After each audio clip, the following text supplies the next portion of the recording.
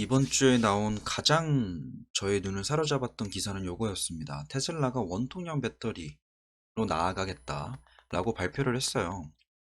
이거를 쏟아지는 수많은 뉴스 중에서 하나로 여길 수도 있겠지만 전 이게 엄청 큰 전기차 시장을 투자를 하고 2차 전지 시장을 투자를 하고 혹은 뭐 자동차 시장을 투자를 한다면 굉장히 중요한 내용인 것 같습니다.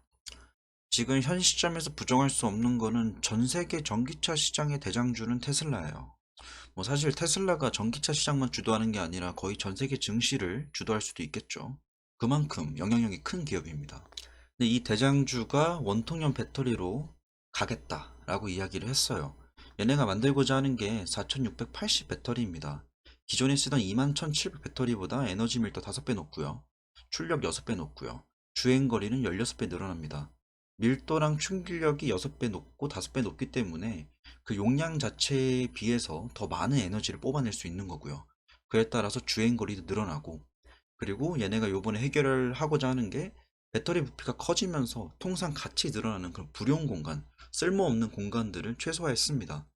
이게 중요한 게 테슬라 입장에서는 전기차 만들 때 거의 40%가 전기차 생산 원가의 40%가 배터리입니다. 그래서 이 배터리의 원재료를 줄이고 더 효율을 뽑아내면 생산 속도도 느릴 수 있고 원가 절감 효과도 누릴 수 있어가지고 전체적인 매출 이익 규모가 확 바뀌어 버립니다. 그래서 지금까지 나온 기사의 내용은 요 정도이지만 앞으로 추가적인 이 원통형 배터리에 관한 뉴스들이 나올 거예요. 그러면 국내에서 협력사는 어디가 될 거고, 지금까지는 국내에서 가장 밀접한 관계를 가지고 있는 거는 LG 에너지 솔루션, 삼성 SDI도 괜찮습니다. 근데 이미 테슬라는 파나소닉이나 협력 관계를 맺어버렸어요. 그래서 LG 에너지 솔루션은 앞으로 계속 지속적으로 시장 우위를 점하려면 테슬라가 원하는 이 4680 배터리를 만들어내야 됩니다. 그래서 지금 현재 엄청 많은 연구를 하고 있다라고 해요. 그래서 뭐 기사 내용에는 이게 게임 차인저가 되나라고 이야기를 하는데, 이거를 국내에 있는 2차 전지 기존의 대장주라고 얘기할 수 있는 거는 사실 LG 에너지 솔루션, 삼성 SDI, LNF, 그리고 에코 프로비엠, 이렇게 네 종목 정도로 봅니다. 물론 그 밖에도 중요한 종목도 많겠지만 저는 시장에서 이 네 종목을 대장주로 봐요. 그러면 얘네가 바로 지금 이렇게 발표를 했다 해가지고 얘네한테 직접적인 뭐 정말 실적 악화가 되냐? 그건 당장은 아닐 수 있습니다.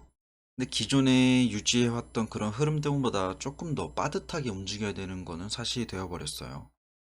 그러니까 2차 전지 종목들이 지금까지 작년부터 올해까지, 작년부터도 아니죠. 그 전년도부터 계속 이어져 오긴 했지만 2차 전지 종목들의 특징은 이거였습니다. 전기차 시장 커가네? 2차 전지가 이 중에서 가장 중요하다고? 그럼 얘네도 크겠네? 이렇게 해서 전기차 시장보다 더 빠른 상승률을 보였어요. 그러니까 전형적으로 그 주가가 먼저 선행을 하고 그 이후에 실적이 이걸 뒷받침해 주면서 올라간 기업들은 지금 대장주라고 불리는 거고요. 기대감은 많았는데 이거에 미치지 못한 기업들은 지금 우리 눈에 잘 보이지 않습니다. 그래서 이렇게 살아남은 기업들이 LNF, 뭐 에코프로, 삼성 SDI, LG 에너지 솔루션은 LG 화학에서 물적 분할을 해서 나온 거지만, 여튼 그렇게 우리가 대장주라고 여기는 종목들은 기대감을 실적들이 뒤따라가면서 이렇게 이어왔죠. 그럼 지금까지가 챕터 1이었다면 갑자기 이제 테슬라가 여기서 새로운 기대감을 만들어내는 겁니다. 너네 그러면 지금까지 잘해왔으니까 4680 한번 만들어봐 라고 하는 거예요. 그럼 기존에 이제 2차 전지 대장주라고 여겼던 종목들은 4680 이 배터리까지 기술력까지 따라잡으려면 더 많은 연구를 해야 되고 그만큼 비용이 들겠죠. 전 이 과정에서 지금 현재 대장주라고 불리는 종목들 중에서 진위가 갈릴 것 같아요. 진짜 대장주와 조금 덜 대장주, 그리고 새로운 대장주, 유망주들 치고 올라올 것 같습니다. 제가 저번 영상에서 말씀을 드렸던 게 2차 전지 시장에 본인이 투자를 할 거면 시장 전체에 대한 패시브도 같이 투자를 해야 된다라고 얘기했던 게, 시장 자체가 커가긴 하는데 이 안에서 지금 이 종목이 실질적으로나 아니면 주가 수익률로나 늘 이렇게 성장할 수는 없을 수 있다. 그래서 시장 전체에 대한 이익을 향유를 하려면 전체에 대한 투자도 같이 병행을 해야 된다라고 말씀을 드렸죠. 지금 테슬라 입장에서는 게임 체인저 되나 이렇게 신나게 얘기를 하지만 이거 국내에 있는 배터리 관련주들한테는 큰 부담감입니다. 이게 뭐 압박으로 돌아온다는 것보다는요. 더 많은 연구를 해가지고 성과를 내야지 살아남을 수 있는 그런 환경이 된 거예요. 더 이상 안주하고 현재 가지고 있는 기술력에서 끝나는 게 아니라 더 많은 연구 개발을 해야 됩니다. 그래서 제가 3월 둘째 주에 사업 보고서 볼 거라고 했잖아요. 거기에 보면 지난 2021년부터 22년까지 초반까지 뭘 했는지 다 나옵니다. 그리고 2022년부터 이제 앞으로 이렇게 이 회사가 뭘 해나갈지 포부를 밝히게 돼요. 그건 이사와 경영진들의 판단에 의해서 기입을 하게 되어 있습니다. 저는 그 보고서에서 주안점을 볼 거는요. 사실 2021년 한 해의 실적은 이미 다 나와 있어요. 그리고 뭐 연결이든 개별 재무제표건 다 분석하면 볼 수 있습니다. 그런 거 말고요. 그거에 대한 지나간 뭐 과거에 대한 또 회상보다는요. 앞으로 예를 들어서 원통형 배터리가 나오고 4680으로 넘어가는데 우리 회사는 여기다가 연구개발비를 한 50%쓸 거다. 뭐 이러한 어떤 기대감을 가져올 수 있는 내용들을 말한다. 저는 그러면 그 종목으로 더 많은 베팅을 할 것 같습니다. 그리고 그게 제 기준에서는 와 기대된다 라는 투자가 아니고요. 시장에서 살아남고 지금까지 이어져 왔던 이 기대감을 현행 유지하기 위해서는 꼭 해야 되는 방향인 거고요. 그래서 안 그래도 3월 둘째 주 이 사업 보고서가 나오는 시즌은 굉장히 중요합니다. 어떤 기업들은 여기서 이제 시장에서 탈락되는 경우도 있지만 대부분의 기업들의 진가를 3월에 볼 수 있어요. 저는 이걸 안 그래도 기대하는데 때마침 테슬라가 이러한 발표를 하게 되면서 아마 국내 기업들은 이 사업 보고서에 조금 더 많은 멘트들을 포함하지 않을까라는 생각이 들어요. 그래서 뭐 투자하시는 분의 성향마다 그리고 관점마다 조금 보는 게 다를 수는 있겠지만 저는 이 내용을 결코 쉽게 지나칠 만한 내용은 아닌 것 같아요. 전기차, 2차 전지, 뭐 차량 이쪽 투자하시는 분들은 이걸 꼭 참고하셔야 됩니다. 그리고 이게 뭐 어딜 가나 다 그렇겠지만 모든 산업 구조는 저는 좀 피라미드 구조로 보고 있어요. 그러니까 이 기득권이라고 할까요? 지금 대장주의 대장주들, 그 킹 오브 킹, 테슬라가 있습니다. 테슬라가 나 이거 하고 싶어. 4680 배터리 너무 좋잖아. 이거 하면 나 원가도 절감돼서 우리 이익 장난 아닐걸? 이걸 원하고 있으면 이거를 대장의 구미에 맞춰가지고 그 아랫단에 있는 벤더들은 이걸 맞춰줘야 됩니다. 그래서 지난 영상에서 제가 이런 말을 했었죠. 테슬라가 기술이 발전함에 따라서 그들의 이익은 극대화될 겁니다. 더 세련된 차가 나올 거고요. 더 효율적으로 잘 굴러가고 안전한 그런 차가 나올 텐데 얘네의 이익은 뭐 경쟁자가 이제 예전에는 애플카도 있었고 뭐 벤츠에서 나오고 아우디에서 나왔는데 테슬라가 압도적이더라고요. 얘네끼 이뻐요. 이쁘고 좋대요. 근데 이 아래서 박 터지게 싸우는 이 공급 업체들은 서로 간의 경쟁에 정말 시달릴 겁니다. 전 한 가지 확실한 건 이 전체적인 시장은 앞으로 내연기관 자동차에서 디젤 자동차에서 넘어왔듯이 시장 자체의 파이는 커질 겁니다. 근데 이 전체적인 시장의 성장에 베팅을 한다면 여기에 있는 수만 가지 관련 중에서 하나만 골라서 할 게 아니라 전체에 대한 패시브 투자를 하고 그 다음에 이제 나머지 부가적인 부품 관련주들을 사는 게 훨씬 더 안정적인 투자일 것 같다 라는 주장을 한번 더 합니다. 그리고 이왕 얘기가 나온 거 LG 에너지 솔루션에 대한 이야기를 조금 더 덧붙여서 하자면요. 저는 사실 이 LG 에너지 솔루션 주주분들이 굉장히 안타깝습니다. 다들 아시겠지만 LG 에너지 솔루션이 LG 화학에서 물적 분할해서 나온 회사예요. 근데 지금 얘네 상장하고 LG 화학도 이 둘 다 상장하고 원래 있던 회사랑 나온 회사랑 둘 다 나락을 가고 있어요, 주가가. 저는 근데 이거는 우리나라 시장의 문제점인 것 같아요. 회사에 투자를 했습니다. 근데 회사가 돈이 없어요. 그럼 유상증자를 해버려요. 회사에 돈이 많아요. 그럼 횡령이 나와요. 회사가 성장을 잘하고 있어요. 물적 분할을 해요. 회사가 성장을 못하고 있어요. 갑자기 대출 땡깁니다. 그리고 또 유증 땡겨버리고. 자극적인 표현을 안 하고 싶지만 이렇게 주주들을 기만하고 등쳐먹는 행동들이 아무렇지 않게 일어나요. 저는 이거는 국내 시장이 앞으로 더 성장을 하고 외국인들로부터 러브콜을 받기 위해서는 이런 것들을 규제적으로 좀 압박을 해야 된다라고 생각을 해요.